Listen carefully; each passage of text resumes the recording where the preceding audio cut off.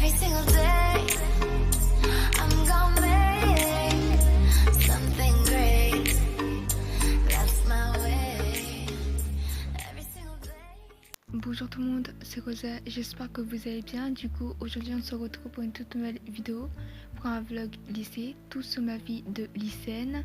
Donc aujourd'hui, je vous retrouve le samedi 23 mars à 12h59, donc bientôt 13h. J'ai déjà mangé et ce matin en fait j'ai fait déjà tout ce qui est fiche de révision des SVT. Donc c'est-à-dire que j'ai été amenée en fait de recopier tout mon cours sur des fiches Bristol de 10 x 15 cm. Alors je sais que normalement les fiches de révision n'est pas censé de recopier le cours, mais sérieusement chacun a sa propre définition, chacun fait ses fiches de révision quand il veut, mais il y a juste certaines choses surtout à ne pas oublier sur des fiches. Donc voilà les fiches Bristol que j'utilise. Donc là c'était la marque Exaconta, donc 10 x 15 cm, donc 100 x 150 mm. Alors je n'utilise pas des fiches Bristol en couleur puisque tout simplement j'ai trop de matière en fait pour pouvoir tous les mettre dans une fiche par couleur, et surtout que c'est beaucoup plus cher que les feuilles Bristol qui sont blanches, et je préfère mieux réviser en fait sur des feuilles qui sont comme ceci, hein, blanches. Alors j'écris le cours, je fais ça pour la SVT mais pas pour toutes les matières. Je sais que certaines personnes résument, mais le plus souvent résumer, comment dire, essayer en fait d'écrire ça au lieu d'écrire ça en 8 feuilles et essayer de réduire ça en 4 feuilles ou voire 2, je peux vous dire que la plupart du temps on oublie des choses qui sont quand même assez importantes. Pour nous ça ne paraît pas important, mais pour le prof si. Je pense que si le prof vous a dit quelque chose à l'oral, ça ne veut pas dire que c'est pas important. Dans les deux cas, il faut au moins le savoir. Voilà. C'est comme les exemples, on dit que c'est pas important, mais si tu comprends pas le cours et t'as pas les exemples, ça ne sert à rien. Parce que certes, les exemples dans les fiches, ça ne sert pas à grand chose, mais ça sert tout de même en fait à comprendre. Donc les exemples font partie quand même des choses assez importantes. Si par exemple tu comprends l'exemple, ça veut dire que tu comprends le cours tout simplement. Alors je vais pas faire un débat dessus puisque vraiment moi en SVT je recopie le cours, puisque en fait le plus souvent c'est que mes cours sont sur plusieurs feuilles, donc voire 8 feuilles, même moins ou plus, ça dépend. Et en plus de ça en fait il y a des exercices, des activités, tout ça.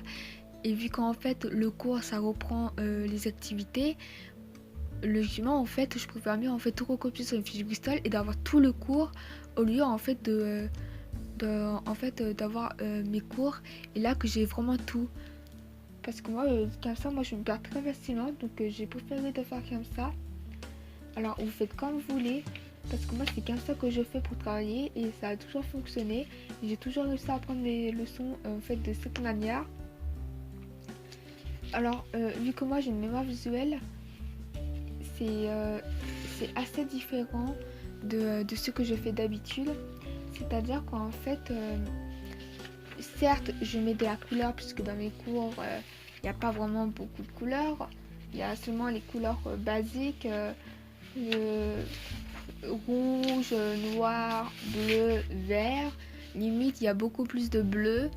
Alors, du coup, ça, dans mes fiches de révision, alors, il y a beaucoup de roses parce que tout simplement ce sont ni des dates, ce sont ni en fait des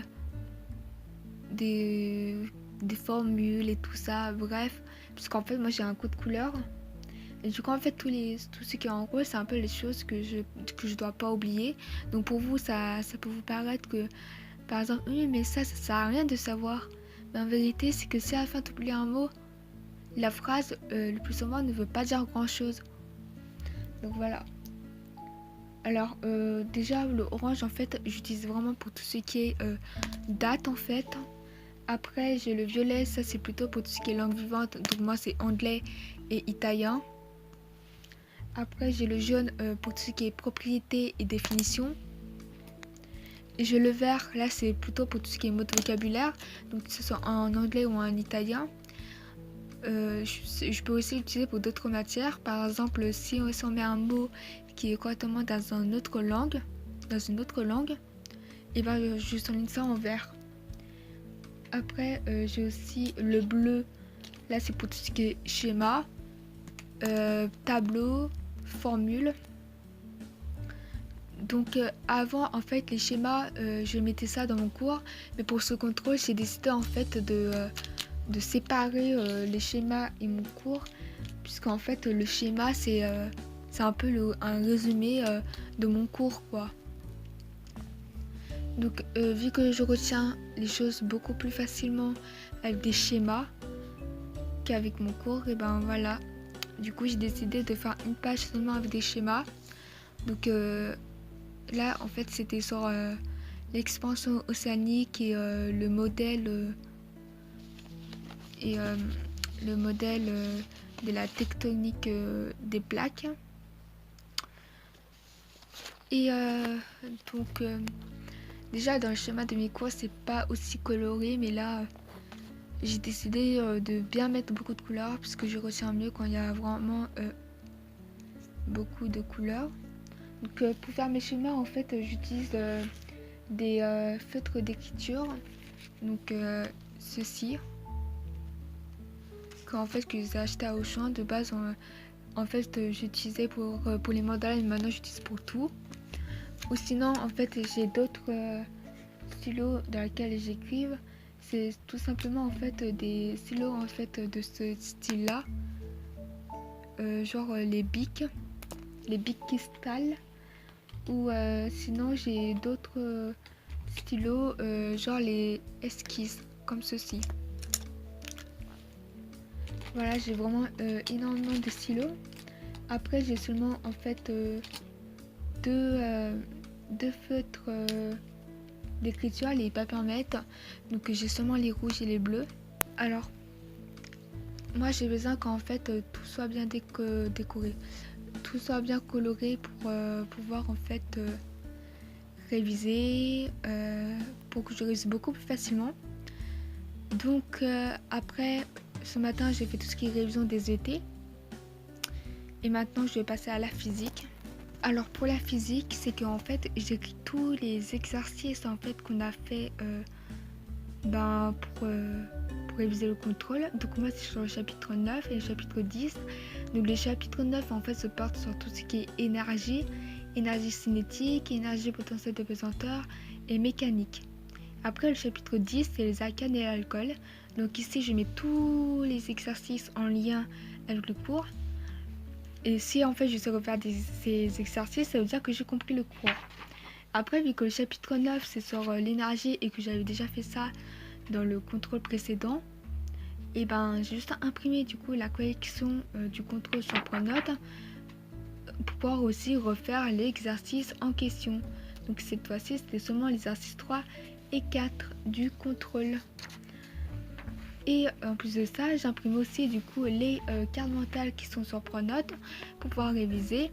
Donc en fait ces deux cartes mentales je ne sais pas où imprimer puisqu'en fait je les avais utilisées pour le contrôle précédent. Du coup là je les réutilisées. Donc déjà je commence par rapport à tout ce qui est cours. Et après que j'ai appris le cours et que je sais répondre à ces questions présentes dans la carte mentale, je refais les exercices. Voilà.